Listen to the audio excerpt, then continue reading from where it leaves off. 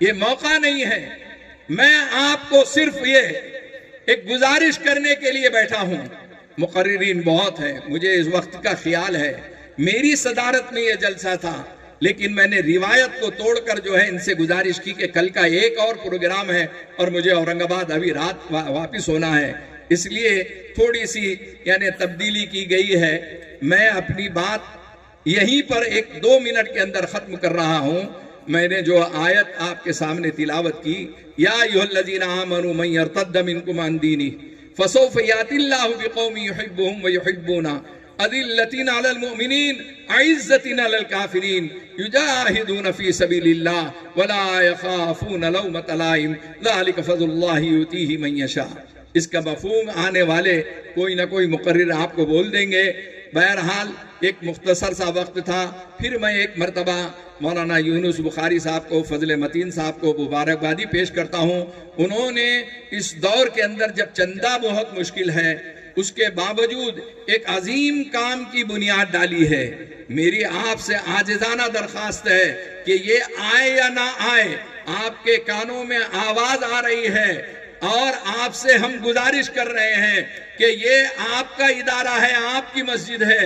اس ادارے کی ترقی کے لیے آپ سے جتنا بھی مالی تعاون ہو سکتا ہے، آج نہیں کل نہیں رمضان میں آپ ضرور اس ادارے کی ترقی کے لیے مالی تعاون کرتے رہیں. اللہ جل شانہ مجھے آپ تمام کو عمل کی توفیق عطا فرمائے. وآخر دعوانا ان الحمد للہ رب العالمین.